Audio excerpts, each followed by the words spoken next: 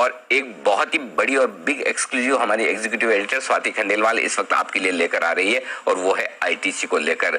ITC में बड़े demerger की तैयारी है, क्या है बड़े एक्शन की खबर, स्वाति बताइए। बिल्कुल आपने सही कहा अनिल जी, बहुत ही बड़ी खबर है ये आईटीसी के लिए और कई समय से इस पर चर्चा जरूर हो रही थी, बट अब हमें सूत्रों से समझ में आ रहा है कि अब एक कॉन्क्रीट प्लान आईटीसी के बड़े डीमर्जर की तैयारी हो चुकी है।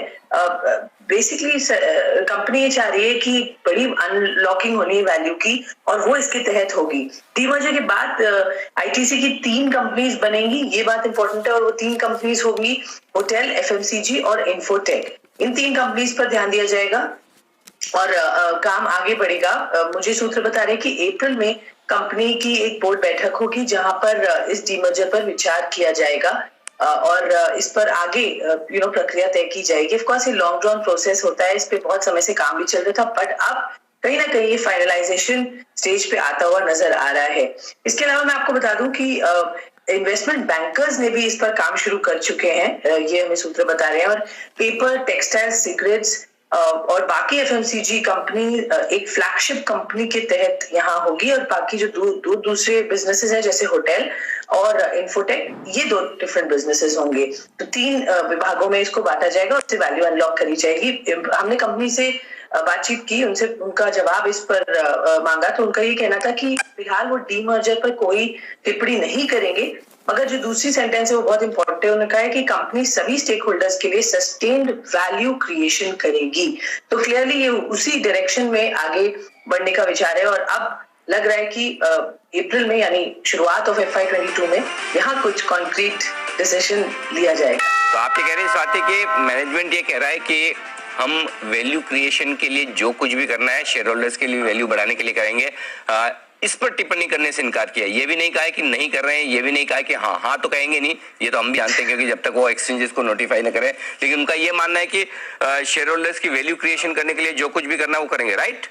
बिल्कुल बिल्कुल यही बात कही गई है। उन्होंने बहुत साफ शब्दों में लिखा है कि वैल्यू क्रिएशन कंपनी का आगे का डायरेक्शन रहेगा और उसके लिए वो जो चाहिए वो करेंगे। और ये आप जानते हैं कि अनलॉकिंग से बेटर वैल्यू क्रिएशन इस कंपनी की कैसे होगी, और वही डायरेक्शन में अब चूंकि समय काम काफी टाइम से था, चर्चा भी चल रही थी, बट कब होना है इसी पे सब बात हो रही थी और अब अप्रैल में आप उम्मीद कर सकते हैं यहाँ पर बोर्ड बैठक में इस पर विचार किया जाएगा।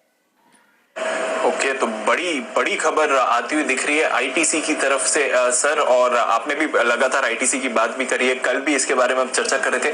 कैसे देखें सर इस खबर को, डीमर्जर से किस तरह की वैल्यू क्रिएशन हो सकती है?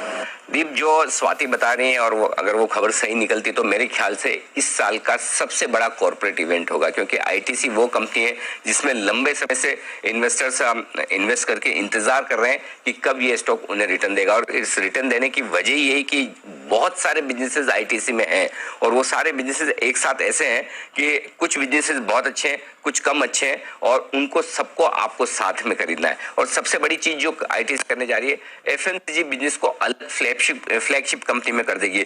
जो स्वाति के इन्वेस्टमेंट बैंकिंग सोर्सेज जो बता रहे हैं, जो खबर, अगर सारा एफएमसीजी बिजनेस एक साथ आ जाता है तो आज एफएमसीजी बिजनेस में जो वैल्यूएशन मिल रहे हैं 30 से 40 टाइम के वैल्यूएशन पी मल्टीपल मिलना बड़ा आसान काम है। और अगर 18-20 रुपए की ईपीएस यहाँ पर वैल्यूएशन के तौर पर आईटीसी करता है अपने एफएमसीजी बिजनेस में, तो आप सोच सकते हैं कि स्टॉक का दाम यहाँ से दुगुना होना चाहिए। जी हाँ, यहाँ से दुगुना होना चाहिए।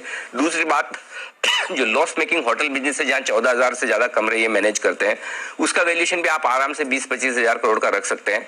इसके अलावा तीसरा बिजनेस जो इन्फोटेक का, जो छोटी साइज में है और जिसमें आईटीसी को रहने में कोई खास इंटरेस्ट शायद नहीं होगा, और वो बिजनेस वो अगर बेचकर निकल जाए तो 4-5 हजार करोड़ रुपए उनको वहां से आ जाएंगे। लेकिन अल्टीमेटली फिर आईटीसी का फोकस पूरी तरह से, चाहे वो सिगरेट का बिजनेस, एफएमसीजी में इनके सारे आशीर्वाद आटा से लेकर जो बड़ी बड़ी ब्रांड्स है, सारी ब्रांड्स है, बाकी एफएमसीजी बिजनेस है।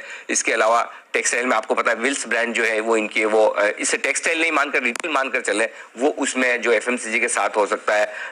पेपर बिजनेस है, पेपर में भी वो टिपिकल पेपर बिजनेस में नहीं है, रिटेल साइड पर ज्यादा है। तो ये सारी चीजें जो आईटीसी के लिए बड़ी वैल्यू अनलॉकिंग कर सकती है। अब बात यही है कि कब होता है, और एक चीज समझिए कि इस तरह के डीमर्जर एक दिन में नहीं होते, ये लंबी प्रोसेस है, इतनी बड़ी कंपनी है, हो सकता है 3 महीने लगे, 6 महीने लगे, साल भर लगे, वो वक्त लग सकता है, लेकिन प्रोसेस शुरू होना अपने आप आप में एक बड़ी चीज है, पहली बात। दूसरी बात यह कि ये वो स्टॉक है जो इन्वेस्टर्स के लिए है, ट्रेडर्स के लिए नहीं है। जो लोग आराम से इन्वेस्ट करके बैठेंगे उन्हें मुनाफा डेफिनेटली बनेगा, क्योंकि इस भाव से आईटीसी में आपके लिए खोने के लिए कुछ है ही नहीं।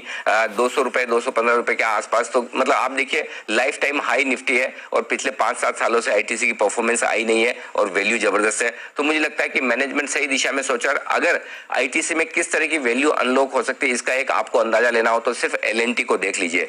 जिस तरह से एलएनटी ने अपनी एक एक कंपनी को सेपरेट करके लिस्ट कराया, चाहे वो एलएनटी फाइनेंस से शुरुआत करके LNT technology services, LNT infotech, सारी कंपनियां देखिए एक के बाद एक एलएनटी का जबरदस्त प्रदर्शन करती हुई दिख रही है। तो मुझे लगता है आईटीसी के लिए ये एक बहुत बड़ी अचीवमेंट होगी। और दूसरी बात है कि अगर ये खबर आगे चलते हुए सही निकलती है तो मुझे लगता है इस साल की one of the biggest corporate event हो सकती है, ये ध्यान में रखिए। जी दीप।